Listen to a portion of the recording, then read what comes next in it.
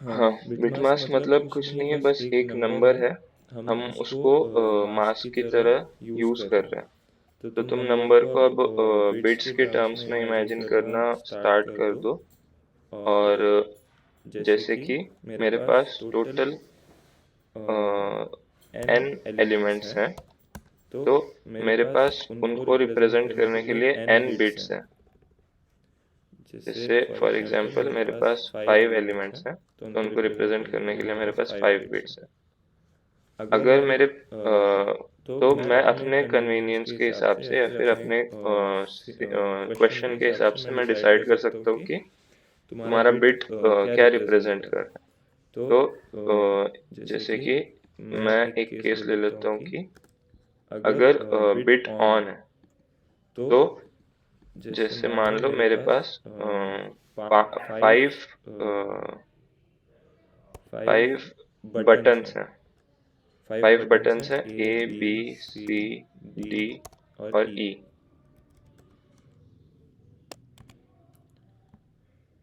और अगर मेरा ए ए बटन अगर ऑन है, तो मेरा फर्स्ट बिट 1 रहेगा।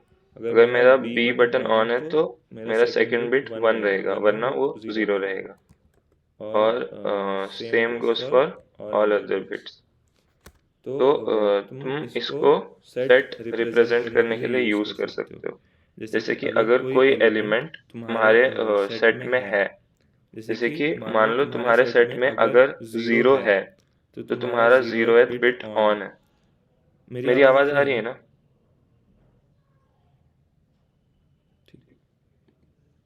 हाँ, अगर अगर मेरा 0th बिट ऑन है, तो इसका मतलब मेरे सेट में 0 है। या फिर एलिमेंट एट 0th इंडेक्स है। और अगर मेरा 0th बिट ऑफ है, तो इसका मतलब मेरा एलिमेंट एट 0th इंडेक्स मेरे सेट में नहीं है। तो अपन केस वाइज देख सकते हैं, ऐसे तुम लोगों को समझ नहीं आएगा। तो मैं एक क्वेश्चन ले लेता हूँ जिससे समझ आ जाए। तो ठीक है, एक क्वेश्चन ले लूँ मैं भी। अभी कुछ भी समझ आया जो मैं बताया?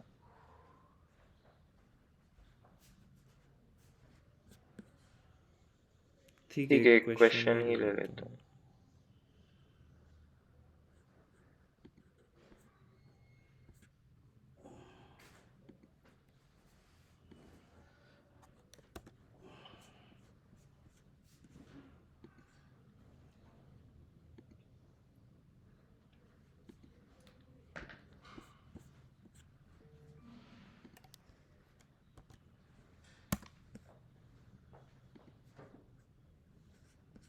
हाँ भाई।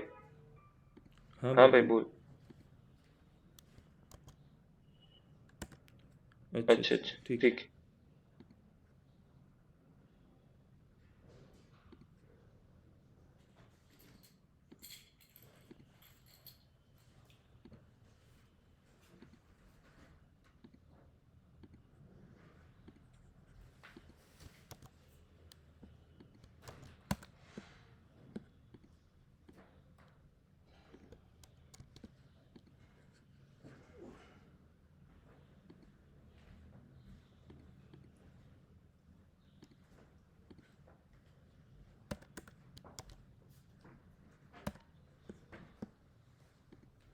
सब लोग क्वेश्चन खोल लो। यहाँ पे भी पेस्ट कर दिया है और डॉक में भी पेस्ट कर दिया।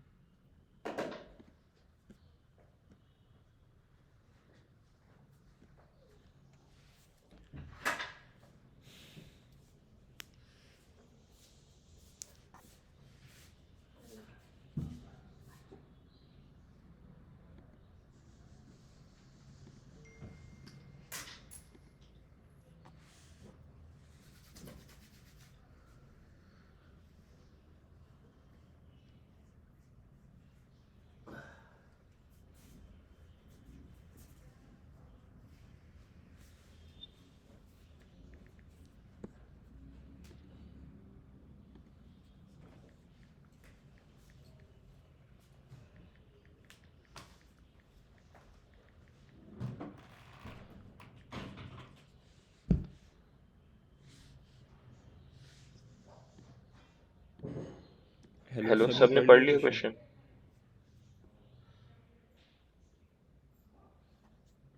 हेलो।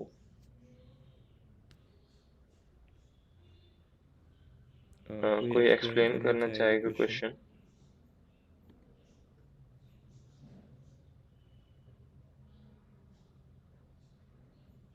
कोई भी?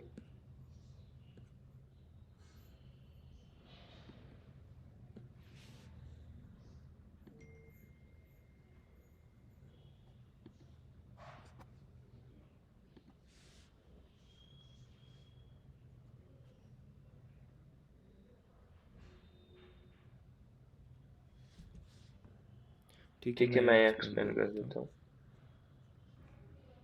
तुमको दो स्ट्रिंग्स दी हुई है, एक ए है, एक बी है, दोनों की लेंथ n है और ए में एट मोस्ट 10 डिफरेंट कैरेक्टर्स हैं। ध्यान रखना 10 काफी छोटा नंबर है और 2 की पावर 10 छोटा होता है, मतलब 1024 होता है, तो ये चीज ध्यान में रखना। और हाईलाइटेड भी है, बोल्ड में है। तो और तुमको एक एम्प्टी सेट दिया है क्यू और तुम ये ऑपरेशन कर सकते हो एनी नंबर ऑफ टाइम्स। ठीक है, ऑपरेशन कितनी बार कर सकते हो उस पर कुछ कंस्ट्रेंट नहीं है। अब ढंग से समझो कि ऑपरेशन क्या है। तुमको एक इंडेक्स चूज करना है आई और एक लेटर चूज करना है सी और उसके बाद तुमको ए आई को क्यू सेट में इंसर्ट कर देना है। उसके बाद तुम ए आई को सी से रिप्लेस कर सकते हो। आई होप ऑपरेशन समझ आ गया होगा। ऑपरेशन समझा सबको? ठीक है। हम सेट में हर बार ए आई को इंसर्ट कर रहे हैं, तो एट मैक्स क्यू क्यू का साइज क्या होगा? कोई कमेंट कर दो। हम हर बार सेट में ए आई को इंसर्ट कर रहे हैं, तो हाँ, एट मोस्ट 10 होगा। ठीक है, एट मोस्ट 10 होगा क्यू का साइज। अभी तुमको ये ऑपरेशंस ऐसे करने हैं जिससे कि तुम्हारा क्यूब का साइज एट मोस्ट के हो। ये के एक पैरामीटर है जो तुमको क्वेश्चन में दिया हुआ होगा, ठीक। और तुमको एट मोस्ट क्यू का साइज के हो, ऐसे तुमको ऑपरेशंस करना है और तुमको मैक्सिमाइज करना है number of integers L R such that subarray from L to R in A is equal to subarray from L to R in B। ये मतलब मैक्सिमम नंबर ऑफ सब एरेज तुमको दोनों में इक्वल करनी है। अब क्वेश्चन समझ आ गया सबको?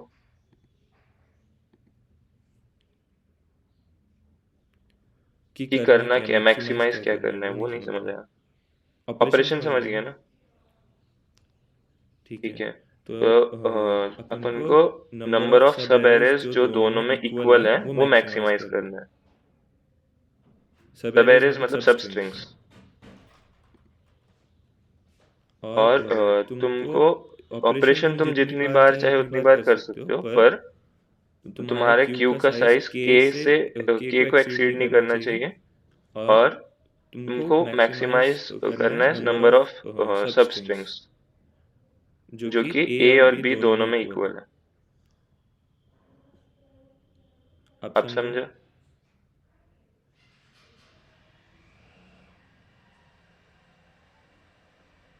हाँ, तो एट मोस्ट के ही जाने चाहिए, जैसे कि के 10 से छोटा ही होगा।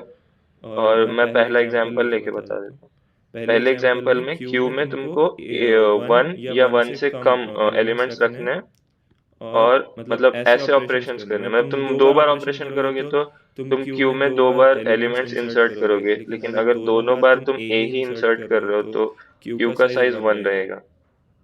तो अब यहाँ पे जैसे कि फर्स्ट टेस्ट केस में स्ट्रिंग लेंथ है 3 और तुम क्यू का साइज एट मोस्ट 1 रख सकते हो और तुम्हारी स्ट्रिंग ए है ABC और स्ट्रिंग बी है ABD, और तुमको ऑपरेशंस जितनी बार चाहे उतनी बार करना है, लेकिन number of common sub strings maximise करना है। सब स्ट्रिंग अपन ऐसे देखेंगे, एल और आर, मतलब एक एल और आर चूज कर लेंगे, और मतलब करस्पॉन्डिंग एलिमेंट्स इक्वल होने चाहिए। ऐसे नहीं कि कोई भी सब स्ट्रिंग, इसमें एक सब स्ट्रिंग है एंड में और उसमें एक सब स्ट्रिंग है स्टार्ट में, ऐसे नहीं, दोनों एंड में। आई होप तुम लोग समझ गए होंगे। अब जैसे कि यहाँ पे मैं एक ऑपरेशन करता हूँ इस वाले पे, लास्ट एलिमेंट पे, आई में सिलेक्ट करता हूँ 2 और सी में सिलेक्ट करता हूँ डी, तो मेरे को सी इंसर्ट करना होगा क्यू में, तो क्यू का साइज 1 होगा, और ऐसा करने पे ये दोनों स्ट्रिंग्स एकदम इक्वल हो जाएंगी। तो सारी सब स्ट्रिंग्स इक्वल होंगी, इसलिए आउटपुट में 6 है, n+1/2, यानी कि सारी सब स्ट्रिंग्स। अब समझा? पक्का? सबको समझ आ गया ना?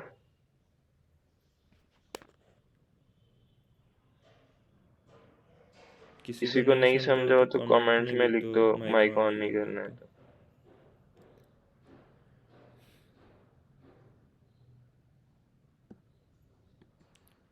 ठीक है, अब अपन स्टार्ट करते सोचना। तो पहले किसी को कुछ आइडिया है कि क्या करना है अपने को?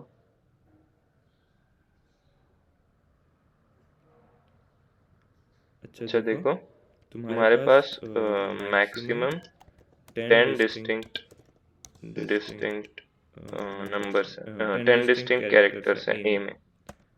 तो तुम जब भी कोई ऑपरेशन करते हो तो कोई एक ए का कैरेक्टर इसमें डाल देते हो क्यू में। तो तुम क्यू में जो कैरेक्टर्स हैं,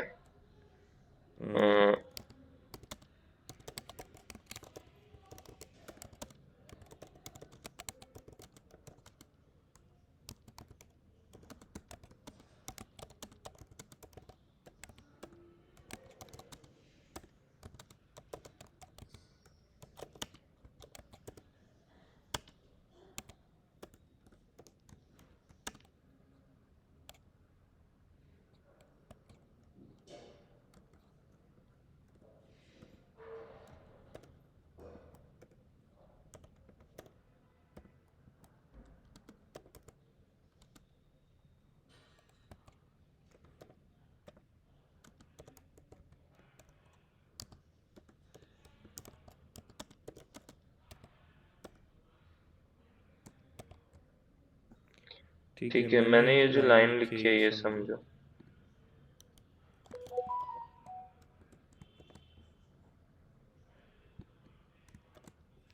कि अगर तुम्हारा कोई ये अगर तुम्हारा कोई कैरेक्टर क्यू में है और तुम्हारा एआई अगर उस कैरेक्टर के बराबर, अगर तुम्हारा एआई क्यू में है तो तुम उसको बीआई के बराबर मान सकते हो। ये बात समझ आई? क्योंकि अगर वो क्यू में है तो तुम उसकी जगह पे सी रख सकते हो, कोई भी सी, मतलब जैसे यहाँ पे लिखा था, and a lower case English letter C, कोई भी एक लेटर रख सकते हो। तो तुम वहाँ पे ऐसा लेटर रख दो जो कि बी आई के बराबर है, तो ए आई और बी आई इक्वल हो जाएगा। अभी समझा? किसको नहीं समझा हैंड रेस कर दो, ये रिएक्ट कर दो, जिनको नहीं समझा वो लोग रिएक्ट कर दो, मैं फिर से समझा दूँ।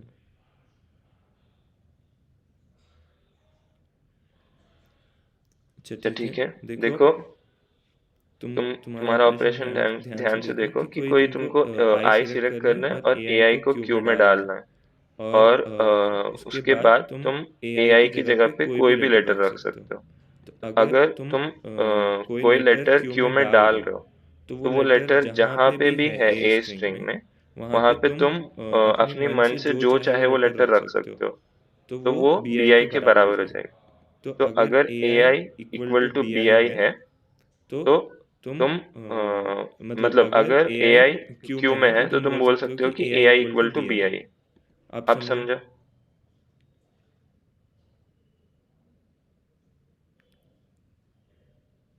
आगे बढ़े।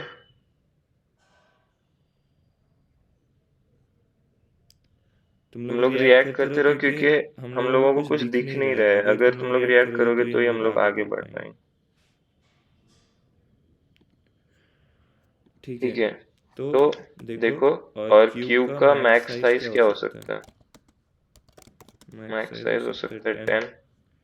क्यूब में कौन सा एलिमेंट हो सकता है?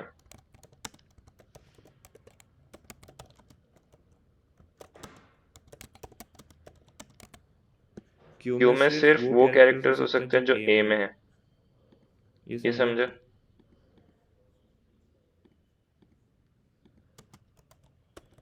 मैक्स साइज तो 10 हो सकता है, बट कंस्ट्रेंड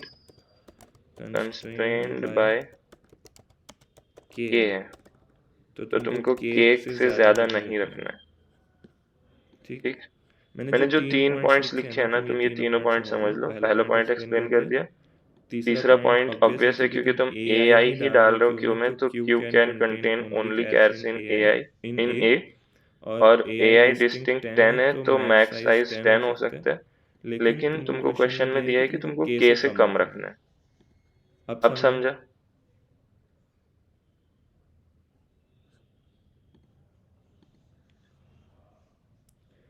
ठीक है,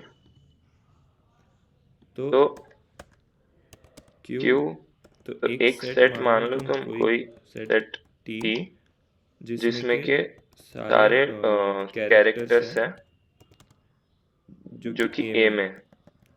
set T contains all characters in A. तो सब लोग एग्री करते हो ना कि Q would be a subset of T.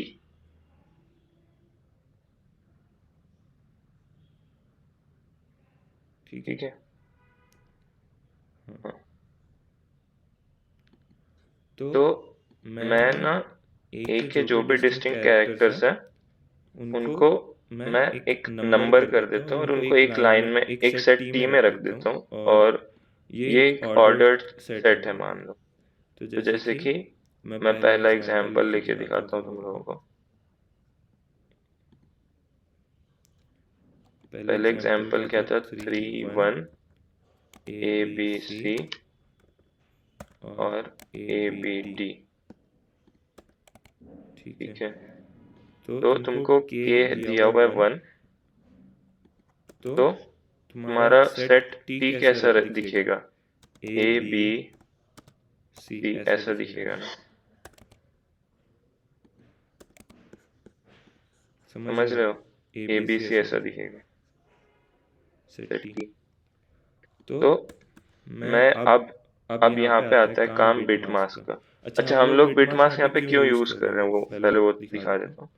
तो सेट टी में मैक्सिमम 10 एलिमेंट्स होंगे, और सेट क्यू होगा सबसेट ऑफ सेट टी, और उसमें भी मैक्सिमम 10 एलिमेंट्स ही होंगे। 10 एलिमेंट्स से ज्यादा नहीं हो सकते, लेकिन अपने को के से कम रखना है। ठीक है, तो मैं अब इसको इस ऑर्डर में रख दिया। तो मैं टी सेट को रिप्रेजेंट करता हूँ, रिप्रेजेंट कर सकता हूँ एक बिट मास्क से, एक नंबर से। वो मास्क क्या दिखाएगा? जैसे कि अब उसमें तीनों है, तो तीनों की जगह पे 1। अगर मेरा क्यू सेट में सिर्फ ए है, तो मेरा मास्क क्या दिखाएगा? कोई कमेंट में लिख दो, मास्क क्या दिखाएगा मेरे सेट में अगर सिर्फ ए है, बी नहीं।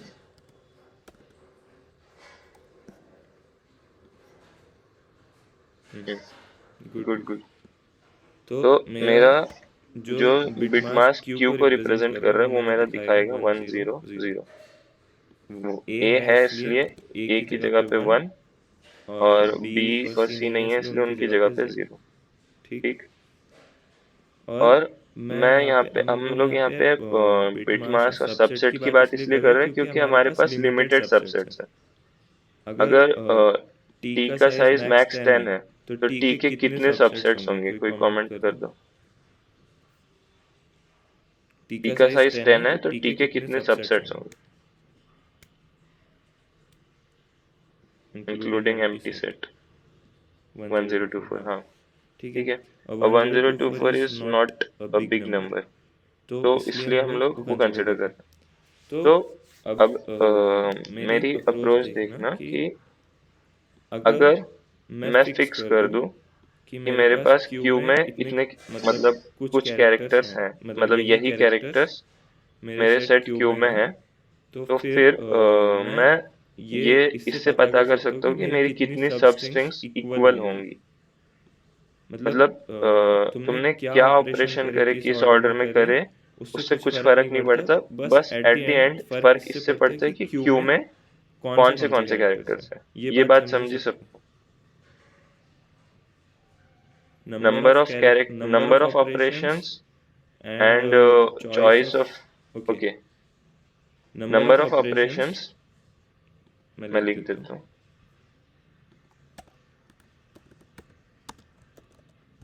Number of operations, order of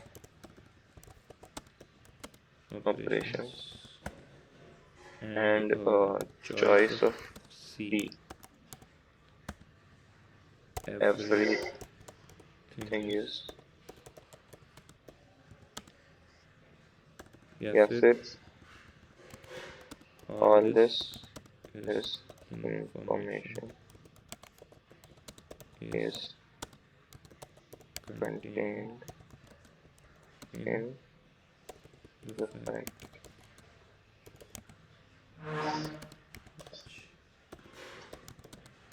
characters are there in queue।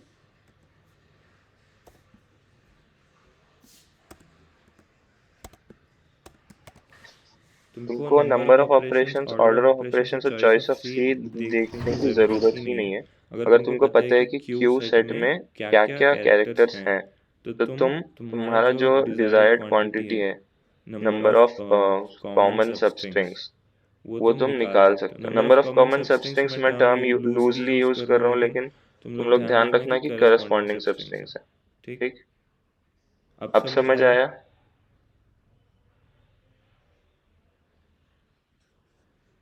ठीक, तो तुमको बस इस चीज से फर्क पड़ रहा है कि क्यू में कितने कौन से कैरेक्टर्स हैं। तो जब क्यू के हमारे पास चॉइसेस ही 1024 है, तो हम सारी चॉइसेस पे आइटरेट कर सकते हैं। कौन कौन एग्री करता है? बस 1024 चॉइसेस हैं, और मान लो कि चेक करने के लिए तुमको n लग रहा है, तो 1024 इंटू 1E5 ये चल जाएगा। चेक करने के लिए तुमको 1E5 लगेगा। O ऑफ n में तुम चेक कर सकते हो। ये कैसे चेक कर सकते हो वो भी एक अपने आप में टास्क है, लेकिन शायद अब तक तुम लोगों को आइडिया लग गया होगा कि वो O ऑफ n में हो सकते हैं। ठीक है, नंबर ऑफ सबस्ट्रिंग्स कितनी कॉमन है वो O ऑफ n में चेक कर सकते हैं। ये कितनों को समझ आ रहा है? मतलब कुछ आइडिया आ रहा है?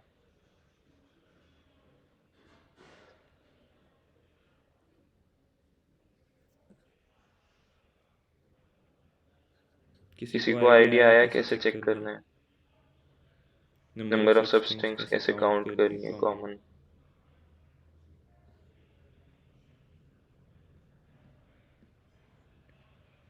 हाँ, स्लाइडिंग क्या रिपीट करना है एग्जैक्टली वो बता दो।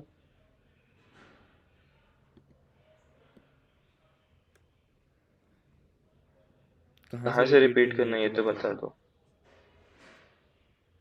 और कार्ती राजा क्या एक्सप्लेन करना है, कौन सा पार्ट ये बता दो।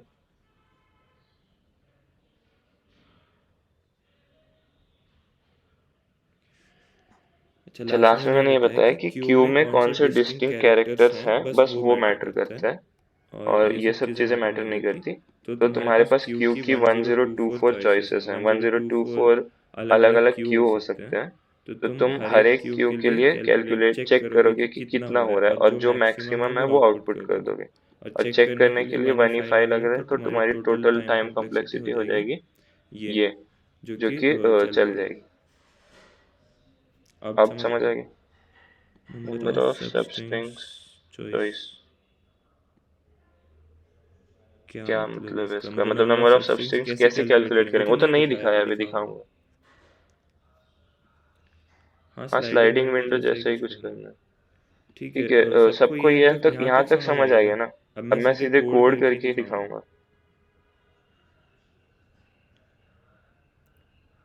ठीक है, कोड पे चले।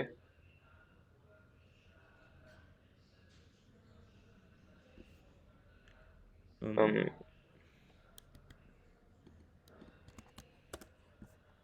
मेरा VS कोड दिख रहा था तुम लोगों को अभी?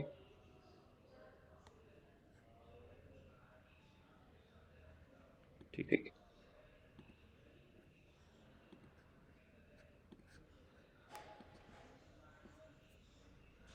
अब दिख रहा था ना VS कोड?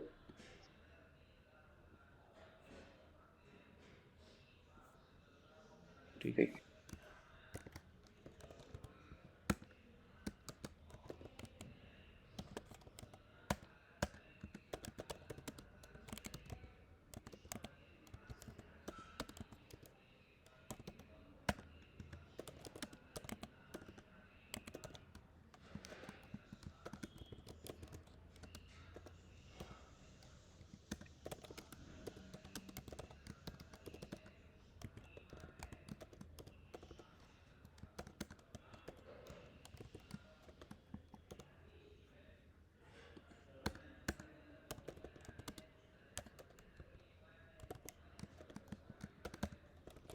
इनपुट में सबसे पहले n और k लेंगे। n है लेंथ ऑफ स्ट्रिंग और k है मैक्सिमम साइज ऑफ क्यू। उसके बाद स्ट्रिंग्स लेंगे a और b। ठीक है, अब मैं t सेट तुमको बनाने की जरूरत नहीं है, तुमको बस इंडेक्स करना है कि तुम्हारा कौन से कैरेक्टर t में कौन सी पोजीशन पे है। ठीक है, तो मैं एक वेक्टर बना लेता हूँ जो कि मेरा दिखाएगा index of character of any character, कि वो कैरेक्टर t में कौन सी पोजीशन पे है। तो मेरी इंडेक्स वेक्टर किस साइज की होनी चाहिए? जैसे कि मेरा t दिखाएगा इंडेक्स ऑफ ai, ऐसे दिखाएगा। ये मेरा दिखाएगा कि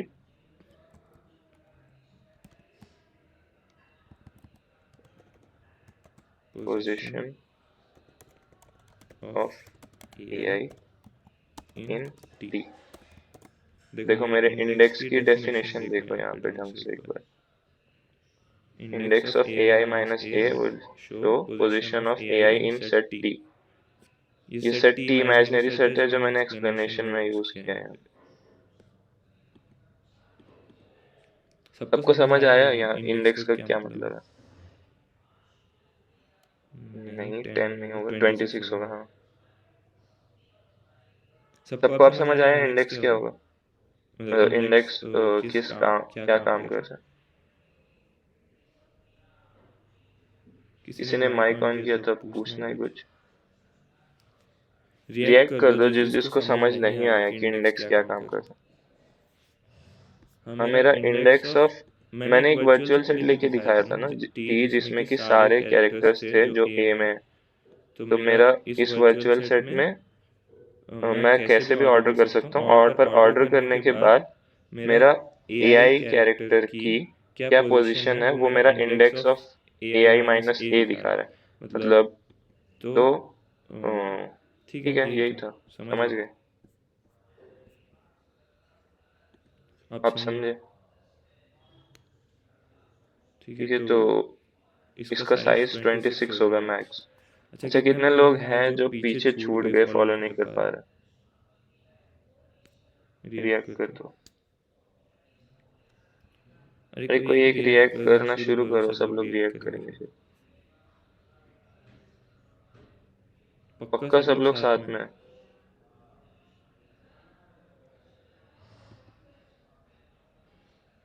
पीछे छूट गए? अच्छा, तो अबे मैं सारा फिर से एक्सप्लेन कर ही रहा हूँ ये करते समय। तो मेरा इंडेक्स की डेफिनेशन जिसको समझ नहीं आई वो लोग यहाँ से देख लो, समझ आ जानी चाहिए यहाँ से। उससे समझ आ जाना चाहिए कि साइज 26 होगा। तो मैं एक नंबर डिफाइन कर देता हूँ 0, जो कि मेरा जो पहला कैरेक्टर आएगा ए में उसका इंडेक्स होगा। ठीक है, और जैसे जैसे मेरे को कैरेक्टर आते जाएंगे मैं उनका ये बढ़ाता जाऊंगा, मतलब नंबर को अपने बढ़ाता जाऊंगा। ठीक है, तो मैं पहले स्ट्रिंग पे आइटरेट करूंगा।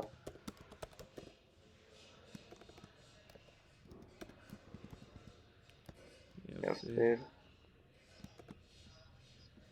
हाँ, क्योंकि मेरे को अभी पता चलना चाहिए कि मैंने वो कैरेक्टर मेरा आ गया है कि नहीं।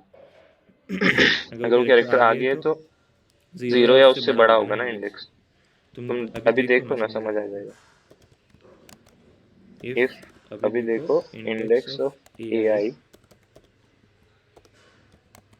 अगर तुम्हारा -1 है तो ये नया डिस्टिंक्ट, मतलब एक डिस्टिंक्ट कैरेक्टर ये अब तक नहीं आया था ए आई, इसलिए इसका इंडेक्स असाइन नहीं हुआ है। तो इसका इंडेक्स मैं असाइन कर दूंगा नम, और अब अगले वाले कैरेक्टर का नम +1 होगा तो उसको इंक्रीमेंट भी कर दी। ये लूप समझो सब लोग। अभी समझ आया -1 से क्यों असाइन किया था, -1 से क्यों इनिशियलाइज किया था।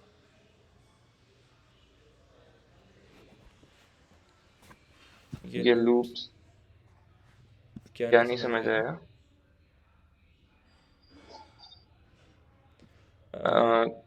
तुम कैसे करोगी बताओ असाइन।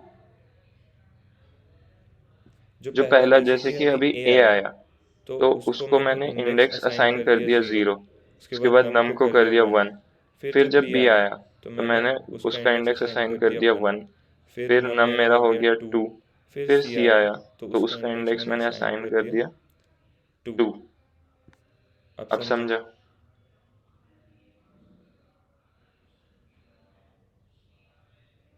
हाँ, हैश एरे जैसा है कुछ। सुचिता समझ आ गया। हाँ हाँ हाँ, सबको समझ आया।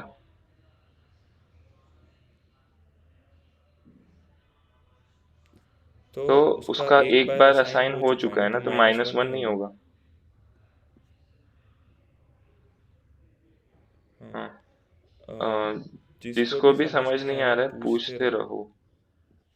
ठीक है, ये तो एकदम अभी अपन ने बेसिक काम किया है, सबको इंडेक्स असाइन कर दिया। अब आता है तुम्हारा बिट मास्क का काम। ठीक है, अब मेरा क्यू सेट को मैं एक नंबर से रिप्रेजेंट कर सकता हूँ। ये बात ध्यान से सुनना, क्यू सेट को मैं एक नंबर से रिप्रेजेंट कर सकता हूँ।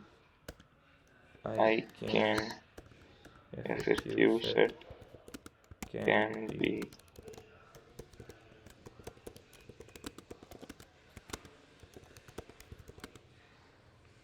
ठीक है, ये बात समझ आई। देखो कैसे। अब मेरा वो तो मैंने यहाँ पे समझा दिया था, जैसे 100, तो ये हो गया तुम्हारा 4, और ये हो गया तुम्हारा 7। तो तुम्हारा टी सेट ऐसा है जिसमें कि सारे बिट्स सेट हैं, और जो क्यूब में होंगे वो वाले बिट्स सेट कर दूंगा मैं अगर उस नंबर में, और बाकी सारे 0 रख दूंगा। तो वो मेरा क्यू में क्या है सब दिखा रहा है, मतलब सारी इंफॉर्मेशन उस एक नंबर में कंटेंट है। ये समझ आया सबको। ठीक है, और बाकियों को नहीं समझ आया। बिट मास्क यही है, मतलब कि तुम एक नंबर को यूज कर रहे हो उस सेट को रिप्रेजेंट करने के लिए, और वो नंबर को कैसे यूज कर रहे हो मैं यहाँ पे दिखा रहा हूँ कि अगर ए है तो तुम्हारा ए का जो भी इंडेक्स है वहाँ पे 1 होगा, और बी है तो बी का जो भी इंडेक्स है वहाँ पे 0 होगा, सी है तो सी का जो भी इंडेक्स है वहाँ पे अगर है तो 1 होगा, नहीं है तो 0 होगा। अब समझ आया। क्यू को मैं एक नंबर से रिप्रेजेंट कर सकता हूँ। किसी को समझ नहीं आया। समझ आया इसलिए रिएक्ट किया या फिर नहीं समझ आया? जिसको समझ आया वो लोग रिएक्ट करो। ठीक है, सर फिर से बता दो कौन सा वाला? अच्छा ठीक है। देखो मैंने पहले सबको एक इंडेक्स असाइन कर दिया, उसके बाद मैं बोल रहा हूँ कि मैं क्यू को एक नंबर में रिप्रेजेंट कर सकता हूँ, क्योंकि मेरे पास क्यू मतलब मैक्सिमम 10 ही इंडेक्स होंगे मेरे इंडेक्स। अच्छा ये बताओ, इंडेक्स में मैक्सिमम एलिमेंट क्या हो सकते हैं? इंडेक्स का साइज क्या होगा वो तो बता दिया 26, लेकिन इंडेक्स में जो एलिमेंट्स हैं वो मैक्सिमम क्या हो सकता है बताओ? गुड 10। तो मैं एक नंबर से रिप्रेजेंट कर सकता हूँ, क्योंकि मेरा 10th इंडेक्स तक ही है, तो तुम्हारे पास तो 64 बिट्स होते हैं लॉन्ग में, तो तुम उस नंबर से रिप्रेजेंट कर सकते हो। और अगर उस इंडेक्स वाला एलिमेंट, उस इंडेक्स वाला कैरेक्टर क्यू में है, तो तुम्हारा क्यू का वो वाला बिट ऑन होगा। अभी मैं लिख के ही बता देता हूँ कि if ai, if a, if some characters ch is in q, then let m be mask of q, तो m represents q, so if ch is in q, then index of ch minus a bit at this number, bit at this would be on or set, otherwise off or unset। ये चीज समझ आ गई? अब तो समझ आ गया ना, अब लिख दिया है, पढ़ लो एक बार।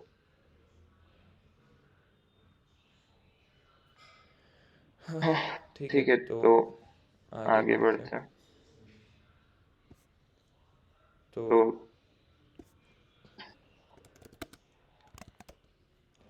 इंट कैप, मैं बता रहा हूँ, कैप मतलब अपर लिमिट जैसे, तो तुम्हारा 1 लेफ्ट लेफ्ट शिफ्ट 10, या फिर 1 लेफ्ट लेफ्ट शिफ्ट नम -1। ठीक है, कितने लोग एग्री करते हैं ये टी को रिप्रेजेंट कर रहा है? ये जो कैप नंबर है ये मेरा टी को रिप्रेजेंट कर रहा है।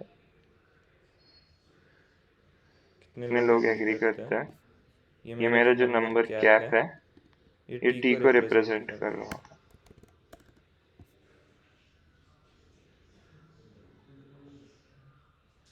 किसी को नहीं लगा? ठीक है, मैं दिखा देता हूँ। देखो जब मेरा लूप एंड होगा तो मेरा नम क्या होगा? नम किसके बराबर होगा? नंबर ऑफ डिस्टिंक्ट, असल में यहाँ पे नम +1 होना चाहिए।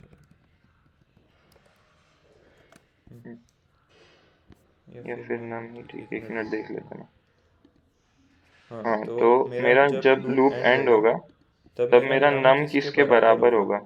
नम num will be equal to number of distinct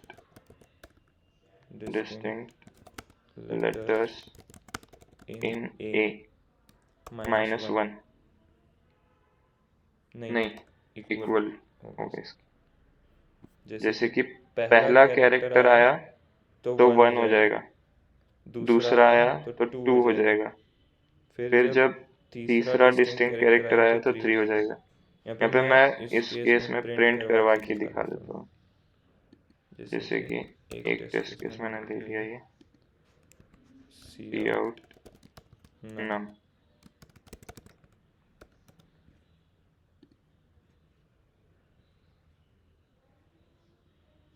देखो num 3 है, A में डिस्टिंक्ट कैरेक्टर्स भी 3 है। अब समझ आया? अच्छा, ये समझ आया कि डिस्टिंक्ट कैरेक्टर्स के बराबर होगा। ठीक है। अच्छा, अब मैं कैप को प्रिंट करा के दिखाता हूँ। कैप, तो कैप मेरा होगा ओ, मैंने +1 कर दिया था। 7 के बराबर, 7 यानी कि 111, तो वो उसमें सारी बिट्स सेट होंगी। मैंने जब लेफ्ट शिफ्ट किया तो 1000 ऐसा कुछ नंबर आएगा, और -1 करने के बाद वो 1111 ऐसा नंबर आएगा, जो कि टी को रिप्रेजेंट करेगा। उसमें सारे बिट्स ऑन होंगी। सबको समझ आया? हम्म,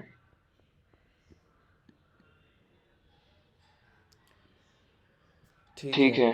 तो मेरा क्यू को रिप्रेजेंट करने के लिए मैं m यूज कर रहा हूँ, मान लो, और int m equal to 0, m less than equal to cap m plus plus.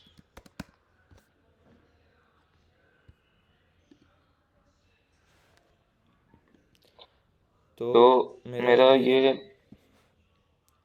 हाँ, तो मेरा m 0 से कैप अगर जाएगा तो मैं सारी पॉसिबिलिटीज एक्सप्लोर कर ले रहा हूँ, मतलब सारी हाँ, क्यू की सारी पॉसिबिलिटीज एक्सप्लोर कर ले रहा हूँ। ये चीज समझ आई कि मेरा अगर m 0 से कैप जा रहा है तो मैं क्यू की सारी पॉसिबिलिटीज चेक कर ले रहा हूँ। जैसे कि इनिशियली m 0 होगा, यानी कि क्यू एक एम्प्टी सेट है, ठीक। उसके बाद 1 होगा, यानी कि फर्स्ट इंडेक्स है। उसके बाद 0 1 होगा, सेकेंड इंडेक्स वाला एलिमेंट है। उसके बाद क्या होगा, 1 1 होगा, यानी कि फर्स्ट और सेकेंड है। तो ऐसे करते करते मैं अगर m तक जाऊंगा तो मैं क्यू की सारी पॉसिबिलिटीज एक्सप्लोर कर लूंगा। अब समझ आया? तुम लोग पेन पेपर से जब तक लिख के नहीं देखोगे, खुद से नहीं समझ आएगा। और मैंने यहाँ पे बता भी दिया, जैसे कि 001 अगर होगा तो हो सकता है मैं उल्टा लिख रहा हूँ 10, फिर 100 होगा तो सेकेंड इंडेक्स वाला है, बाकी कोई नहीं है। फिर 101, सेकेंड इंडेक्स 0th इंडेक्स है। 110 सेकेंड इंडेक्स और फर्स्ट इंडेक्स है। फिर 111 सारे। तो देखो 111 सारे हैं, उससे छोटे ही नंबर सारे सबसेट हैं। ठीक है, देखो इसको समझने का बहुत सिंपल तरीका है कि इसमें मेरे इसका जो subset Q is subset of T, सब लोग एग्री करते हैं। तो क्यू अगर सबसेट है तो टी की ये जो कैप है, इसके कुछ बिट्स ऑफ करने के बाद क्यू आएगा। इससे सब लोग एग्री करते हैं, ठीक है। तो कुछ बिट्स ऑफ करने के बाद जो नंबर आएगा वो कैप से छोटा होगा। हाँ, तो कैप से सारे छोटे नंबर्स अपन यहाँ पे एक्सप्लोर कर लेंगे। और ये कितने नंबर्स, 2 की पावर कैप, यानी कि जितने सबसेट्स होते हैं। देखो मैच हो रहा है, सारी पॉसिबिलिटीज 2 की पावर कैप के बराबर। ठीक है, समझ आ गया? आगे बढ़े।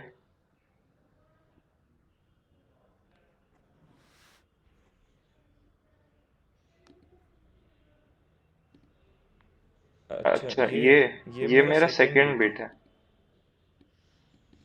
मैं ये वाला मेरा 0th बिट था, 0th बिट सेट था। यहाँ पे बाय डिफॉल्ट सारे जीरोज हैं, उन्हीं समझ रहे हो? अरे कुछ नहीं, ये 1 है, ये 2 है, ये 3 है, ये 4 है, ये 5 6 7। समझे अभी?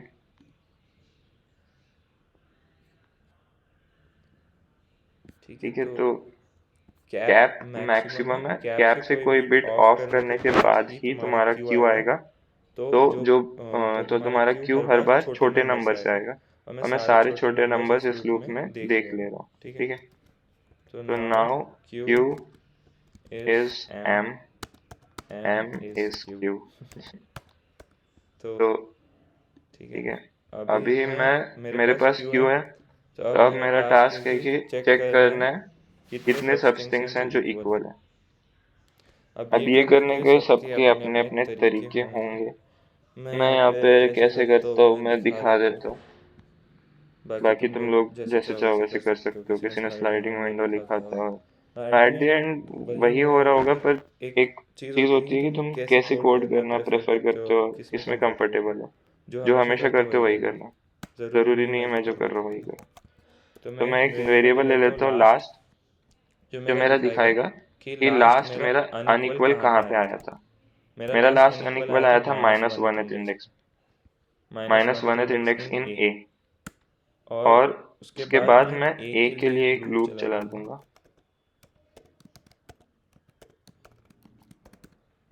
अभी मैंने कुछ एक्सप्लोर नहीं करा है, तो मैं -1 से इनिशियलाइज कर रहा हूँ उसको। ठीक है, तो मैं लूप चला रहा हूँ सारे मतलब ए के साइज पे। तो अब देखो, तुम लास्ट कब अपडेट करोगे, जब तुम्हारा ए आई बी आई के बराबर नहीं होगा, जहाँ पे अनइक्वल आ रहा है। ए आई तुम्हारा बी आई के बराबर नहीं है। और दूसरा तुम्हारी ये कंडीशन मैंने जो लिखी थी ना, ये वाली, कि इंडेक्स ऑफ ए आई तुम्हारा, मतलब तुम्हारा ए आई क्यू में ना हो। तुम्हारा ए आई क्यू में ना हो, ये तुम्हें कैसे पता चलेगा कि तुम्हारा, देखो ए आई का इंडेक्स क्या है, index of A I minus A. अब मैं इसको कर देता हूँ 1 long left left shift int bit to this.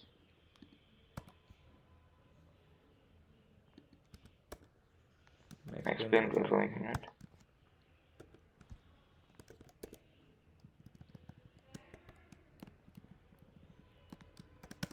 हाँ, अब ध्यान से देखो मेरा बिट क्या है। यहाँ पे पेस्ट कर देते हो, तुम लोग देख सकते हो।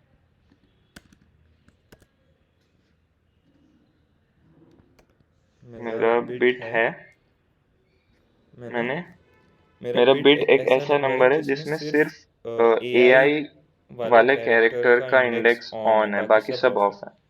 ये समझ आया?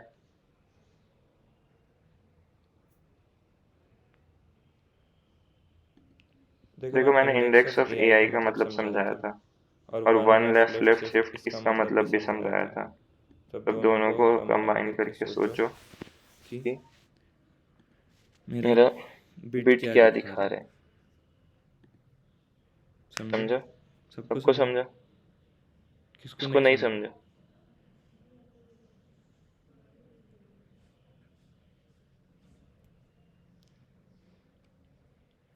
किसको नहीं समझा कमेंट में लिख दो। 2 ही लोग रिएक्ट किए हैं सबको, बाकी सबको नहीं समझा। ठीक है, इंडेक्स ऑफ ए आई मतलब 1 को लेफ्ट शिफ्ट कर दिया इंडेक्स ऑफ ए आई, तो मेरा बस वही बिट सेट होगा जहाँ, मतलब इंडेक्स ऑफ ए आई वाला बिट ही सेट होगा मेरा, बाकी सारे बिट्स ऑफ होंगे। ठीक है, तो अगर मेरा m में बिट ऑन है, तो this should be greater than 0। अगर मेरा m में बिट ऑन है, तो this should be greater than 0। और m में बिट ऑन होने का मतलब है कि तुम्हारा ए आई क्यू में है। तो अगर तुम्हारा ए आई क्यू में नहीं है और तुम्हारा ए आई बी आई के बराबर नहीं है, तो तुम बोल सकते हो यहाँ पे तुम्हारा अनइक्वल है, तो तुम्हारा लास्ट यहाँ पे अपडेट होगा, तुम्हारा लास्ट यहाँ पे अपडेट हो जाएगा। लेकिन उससे पहले मैं देख लेता हूँ कि तुम्हारा आंसर इनिशियली 0 से इनिशियलाइज कर देता हूँ, और इंट काउंट एक रख लेता हूँ जो कि मेरे को दिखाएगा मेरा अगर क्यू एम है तो कितनी सब स्ट्रिंग्स आ रही है इक्वल। तो मैं यहाँ पे काउंट में क्या ऐड करूँ, देखो, तो लास्ट प्लस 1 से लेके j -1 तक सारे कैरेक्टर्स इक्वल थे। सारे कैरेक्टर्स इक्वल है, सारे कैरेक्टर्स इक्वल है। तो लेंथ तो j-1 minus last plus 1 equal to j minus last minus 2। इतनी लेंथ मेरी इक्वल है, इतनी लेंथ की सेगमेंट मेरी सारी इक्वल है दोनों में। तो उतनी लेंथ में j माइनस लास्ट माइनस 2, तो उतनी लेंथ में जितनी भी सब स्ट्रिंग्स आ रही होंगी, j नहीं आई सॉरी,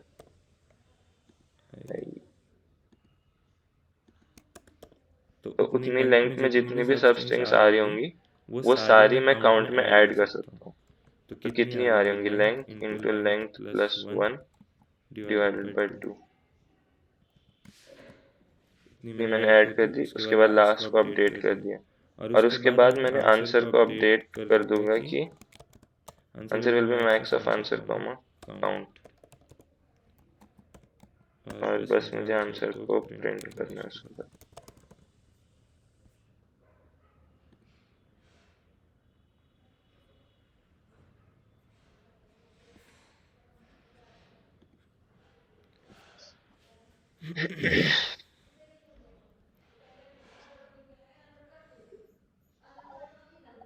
हाँ, एक मिनट, ठीक है।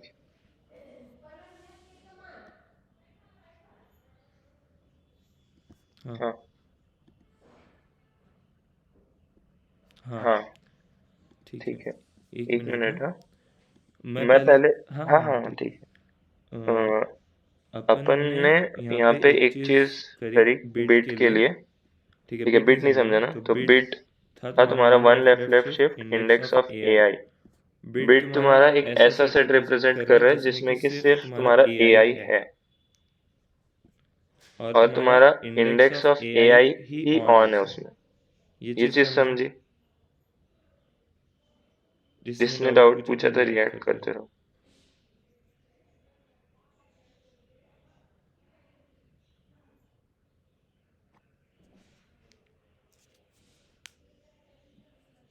हम्म।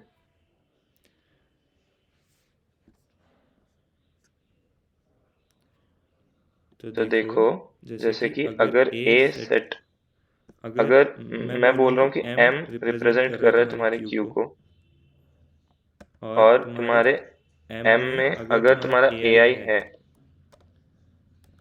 अगर एम में ए आई है, नहीं, if Q includes, if Q contains AI, then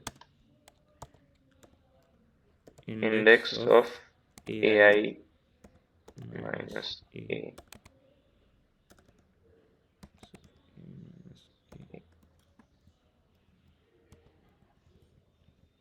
then bit, अरे यहाँ पे लिखा तो था यार, यहाँ पे लिखा था शायद, if ch is in A is in Q, then bit at index this would be on or set, otherwise off।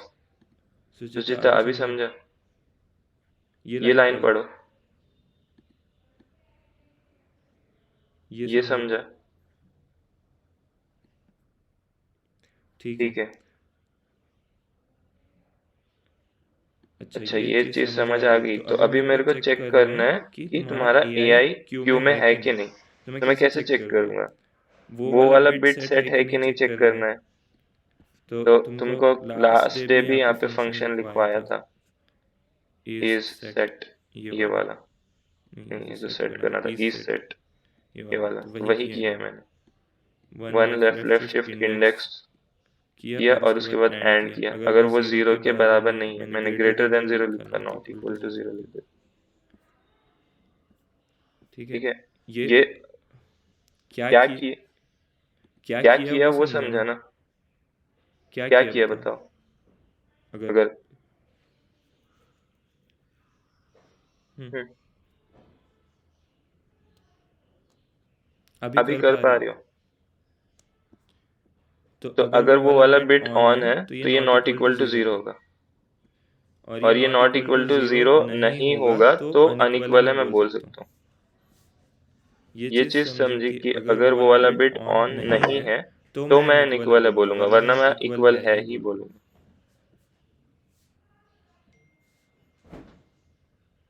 ठीक है, ठीक है, ये ये सबको सबको समझ समझ आया? आया?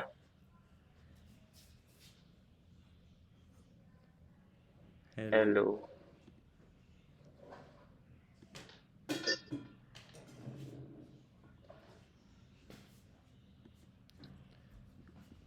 अच्छा, अच्छा, आदित्य आदित्य जैन एक जन एक एग्जांपल एग्जाम्पल लेके लेके एक्सप्लेन एक्सप्लेन कर कर दीजिए। दीजिए। ठीक है, ठीक है, मैं मैं एग्जांपल एग्जाम्पल लेके लेके भी दिखाता हूँ।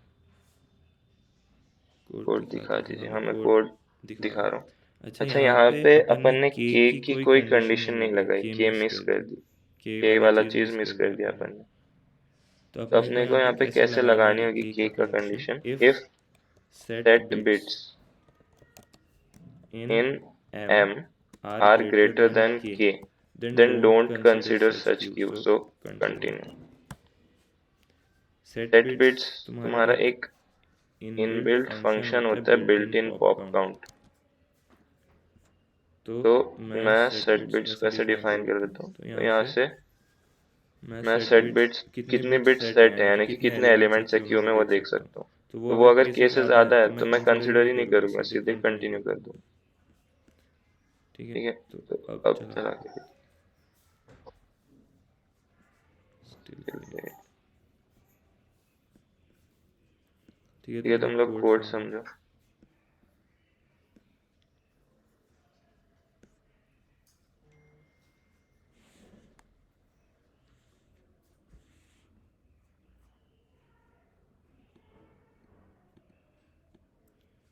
वो वो चेक कर चेक रहे हैं कर रहे कि कि ए ए आई और आई और b i b i unequal unequal है है कि नहीं। कि नहीं।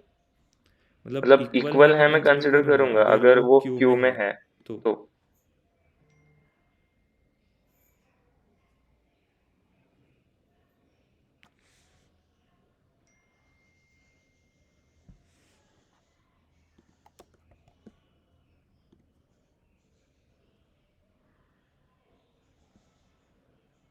ठीक है, ठीक मैं है, वो मैं वो देख देखता हूँ।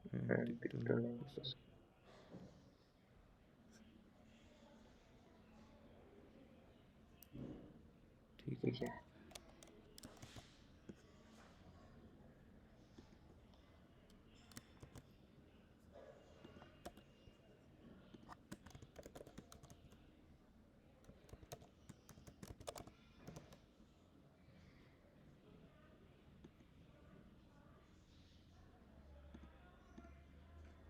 तुम लोग तुम लोग कोड कोड देखो।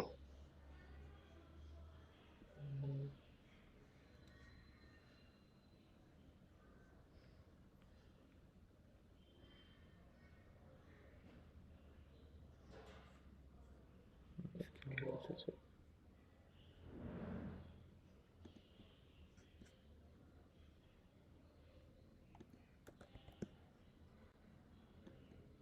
अच्छा, अच्छा, हाँ, हाँ, यहाँ पे यहाँ पे क्या क्या गलती है? गलती है? तुमको तुमको count count plus plus equals, equals. अच्छा अच्छा, पहले ये पहले ये समझ लो समझ लो जो जो लिखा है। लिखा है वो।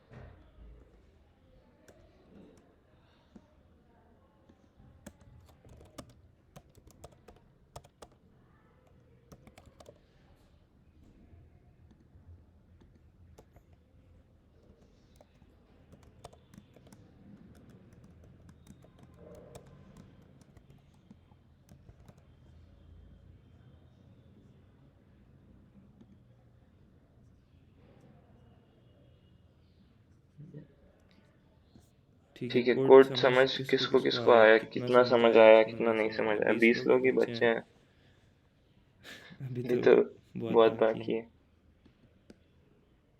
किसको किसको किसको किसको कोड कोड समझ समझ आया, आया, देखा ना देखा ना कोड कोड अभी। अभी। ठीक है, ठीक एक है, एक बार बार मैं मैं रीड रीड करवा करवा देता हूँ देता हूँ कोड। कोड।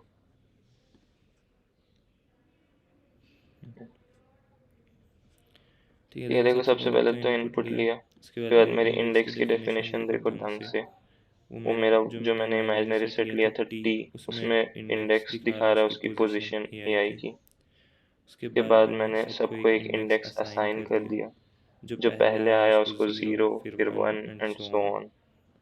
वो कैसे करा वो डिटेल देख सकते हो तुम लोग। बाकी फिर मैंने बताया कि कैप ये जो होगा ये तुम्हारा टी को रिप्रेजेंट कर रहा है, और क्यू क्योंकि सबसेट है टी का, तो एक कोई बिट्स कुछ बिट्स ऑफ करने के बाद आएगा, तो क्यू को जो नंबर रिप्रेजेंट करेगा वो कैप से छोटा होगा। तो मैंने सारे क्यू की पॉसिबिलिटीज चेक करने के लिए ये लूप चला दिया। उसके बाद अभी मेरा क्यू एम है और मेरा एम क्यू है, मतलब अभी मेरा जो एम है वो क्यू को रिप्रेजेंट कर रहा है एक पॉसिबिलिटी को।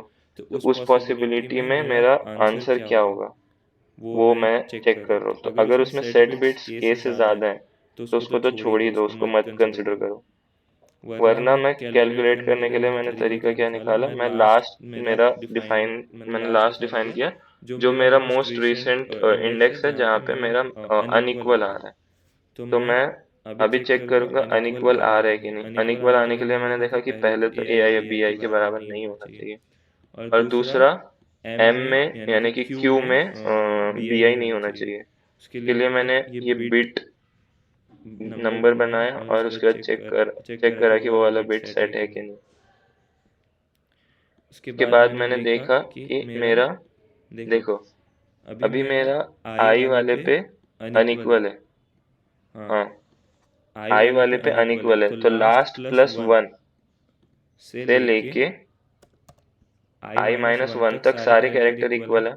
तो this index minus this index plus one ये होता है तुम्हारी लेंथ। मैंने लेंथ तुम्हारी हो गई ये, ठीक। तो इतनी लेंथ में वाले तुम्हारा सेगमेंट इक्वल है दोनों में। तो उस लेंथ से तुम कोई भी सब एरे उठा लो, कोई भी सब स्ट्रिंग उठा लो, तो वो इक्वल होगी। तो कितनी सब स्ट्रिंग्स होंगी, length into length plus one divided by two. और अब मैंने लास्ट को अपडेट कर दिया, और जब मैं पूरा करके बाहर आ जाऊंगा जैसे कि ए बी सी हो गया, तो कहीं अनइक्वल मिला ही नहीं। तो लास्ट जो अनइक्वल है मेरा वो एन पे मिला मेरे को। एन माइनस वन तक स्ट्रिंग है, लेकिन एन पे मेरा, जैसे मैंने लास्ट के यहाँ पे इमेजिनरीली माइनस वन इनिशियलाइज किया था, तो मेरा एन पे मेरे को अनइक्वल मिला। एन पे अनइक्वल मिला तो n minus last plus one minus one इस फॉर्मूला से, यानी कि आई मेरा एन है अभी, ठीक। तो वो उससे मैंने लेंथ कंसिडर करी और सेम जैसे यहाँ पे ऐड किया था वैसे ऐड किया, और उसके बाद आंसर को मतलब चेक कर लिया कि इस एम से जो आंसर आ रहा है जो कि काउंट है वो अगर बड़ा कर सकता है आंसर को तो बड़ा कर दो, और एंड में बस प्रिंट कर दो। सबको समझा? पूरा समझा? कितना समझा? लेंथ काउंट लास्ट का क्या सिग्निफिकेंस है आप समझा? अग्निध्रा, ठीक है। सबको समझ आया यहाँ तक? यहाँ तक क्या हो ही गया क्वेश्चन। बिट मास्क क्या होता है समझ आ गया। ये तुम्हारा यही एम है तुम्हारा बिट मास्क जो कि क्यू को रिप्रेजेंट कर रहा है। ये कैप है तुम्हारा मास्क जो कि टी को रिप्रेजेंट कर रहा है। समझ आया? Can explain by taking a particular test case, ठीक है। टेस्ट केस ले लेते हैं। मैंने लिया एक टेस्ट केस ABC। सबसे पहले मेरा लूप, मैंने पूरा ड्राई रन, सारा कोड ही ड्राई रन करके दिखाऊं क्या? हर एक लूप इंडेक्स कैसे असाइन किया वो तो समझ गया ना, पाथ थी, ठीक है। तो इंडेक्स तो असाइन कर देता हूँ मैं, जैसे कि इंडेक्स ऑफ ए हो गया मेरा 0, और इंडेक्स ऑफ बी मैं डायरेक्ट लिख दे रहा हूँ, ठीक है। 1 2 इंडेक्स ऑफ सी हो गया 2, ठीक है। और मेरा नम हो गया अभी 3, क्योंकि लास्ट 2 असाइन हुआ है तो उसके बाद 3। तो मेरा कैप हो जाएगा क्या? 1 लेफ्ट लेफ्ट शिफ्ट 3 यानी कि 8 माइनस 1 यानी कि 7, जो कि बिट्स में कैसा लगता है? 1 1 1 लगता है, यानी कि सारे एलिमेंट्स उसमें हैंडल हुए। तो अब मैं सारे पॉसिबिलिटीज क्यू की आइटरेट करने के लिए 0 से कैप तक सारे नंबर्स देखूंगा, उसके लिए मैंने ये लूप चलाया। ठीक है, अब अगर मेरा कोई कैरेक्टर इसमें है, अगर मेरा मान लो कैरेक्टर सी एच मेरे जो मैं क्यू कंसिडर कर रहा हूँ उसमें है, तो मेरा index of C H on होना चाहिए। मेरा index of C H on होना चाहिए एम में। यहाँ तक समझा?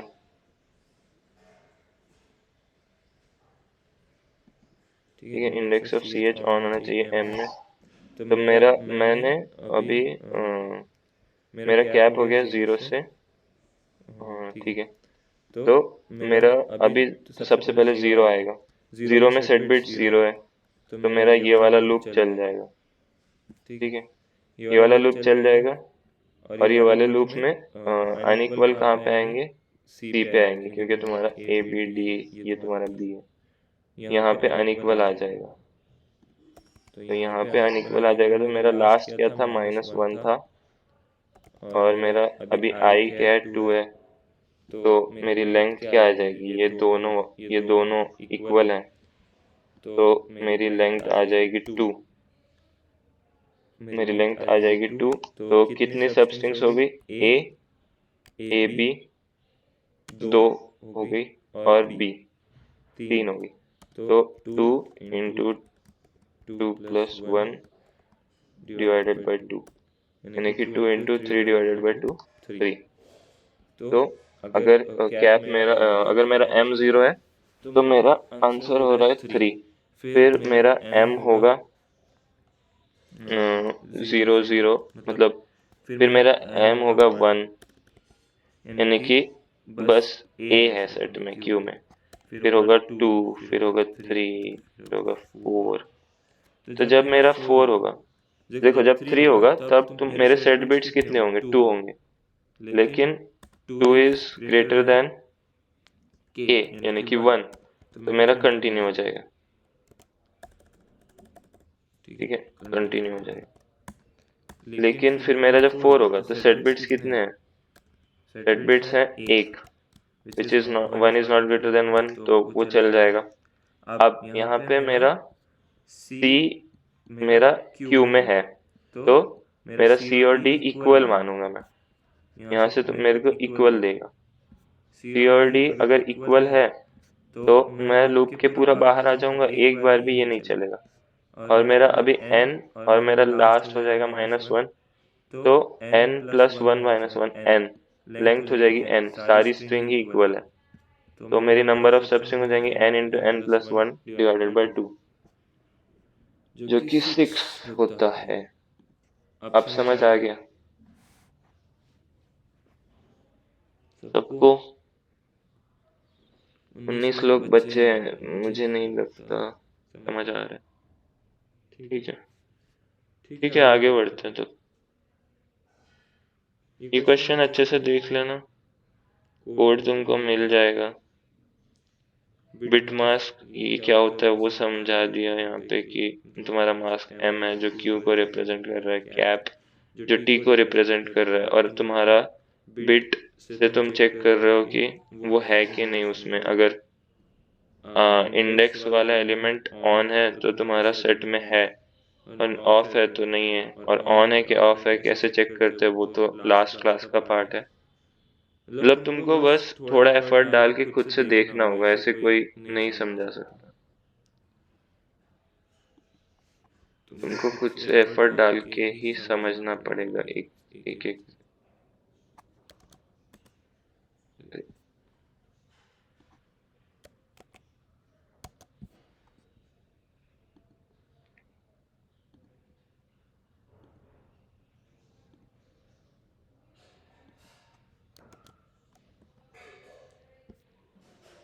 ठीक है, लिंक डाल दिया डॉक की।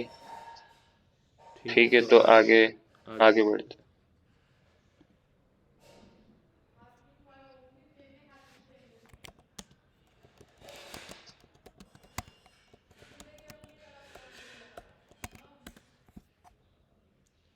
हेलो शिवा साई।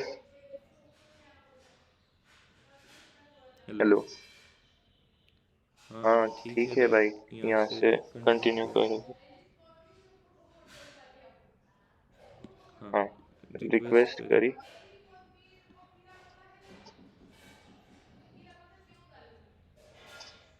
बे तुम लोग एडिटर का रिक्वेस्ट क्यों कर रहे हो?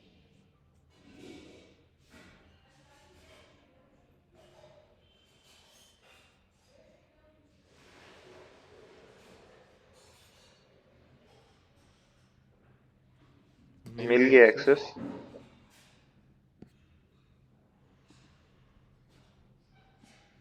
शिवा,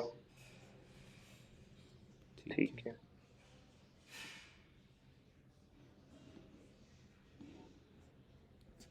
किसी ने कोई क्वेश्चन पूछा था?